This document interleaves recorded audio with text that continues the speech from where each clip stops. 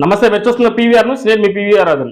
ఉద్యోగులపై CPS ఉద్యమం సంబంధిత కేసులను కొట్టేస్తానని అసెంబ్లీ సాక్షిగా సీఎం చంద్రబాబు నాయుడు ప్రకటించడం ఆనందకరమని ఏపీ సిపిఈఎస్ రాష్ట్ర మహిళా అధ్యక్షురాలు సాంబేలు శాంత అన్నారు. ఈ సందర్భంగా సీఎం చంద్రబాబుకు ఆమె ప్రత్యేక ధన్యవాదాలు తెలిపారు. మీడియా మిత్రులకి నమస్కారం. నా పేరు డాక్టర్ సాంబేలు శాంతిబాయ్, ఏపీ సిపిఎస్ఈ రాష్ట్ర మహిళా అధ్యక్షురాలిని.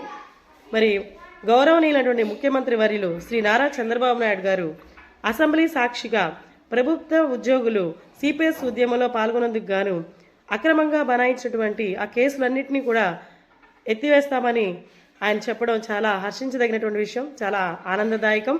అదేవిధంగా అదే అసెంబ్లీ సాక్షిగా ఈ జీపీఎస్ని కూడా రద్దు చేసి మరి మాకు రావాల్సినటువంటి ఓపీఎస్ని త్వరలో అమలు చేస్తారని హృదయపూర్వకంగా ఆశిస్తూ ఉన్నాం. అదేవిధంగా ఆగిపోయినటువంటి ప్రమోషన్స్ కానీ, అదేవిధంగా కారుణ్య నియామకాలు కానీ వాటి విషయంలో కూడా సానుకూలంగా స్పందిస్తారని ఆశిస్తూ ఉన్నాం.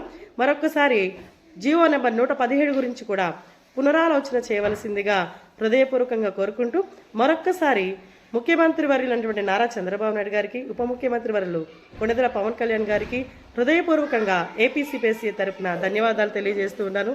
Thank you. నిరంతరం ప్రజల సమస్యలపై గలమెత్తుతున్న పీవీఆర్ న్యూస్ తెలుగు ఛానల్ 4వ వార్షికోత్సవం శుభాకాంక్షలు తెలియజేస్తున్న బొడ్డు చిన్న నరసింహారావు, ముదిరాజ్, 23వ వార్డు, మాచర్ల. పల్నాడు ప్రజల సమస్యలపై నిరంతరం పోరాడుతూ ప్రజల మన్ననలు పొందుతున్న పీవీఆర్ న్యూస్ తెలుగు 4వ వార్షికోత్సవం శుభాకాంక్షలు తెలియజేస్తున్న మాచర్ల చక్రధర డిగ్రీ కళాశాల ప్రిన్సిపల్ కుర్రి సాయి మార్కొండారెడ్డి.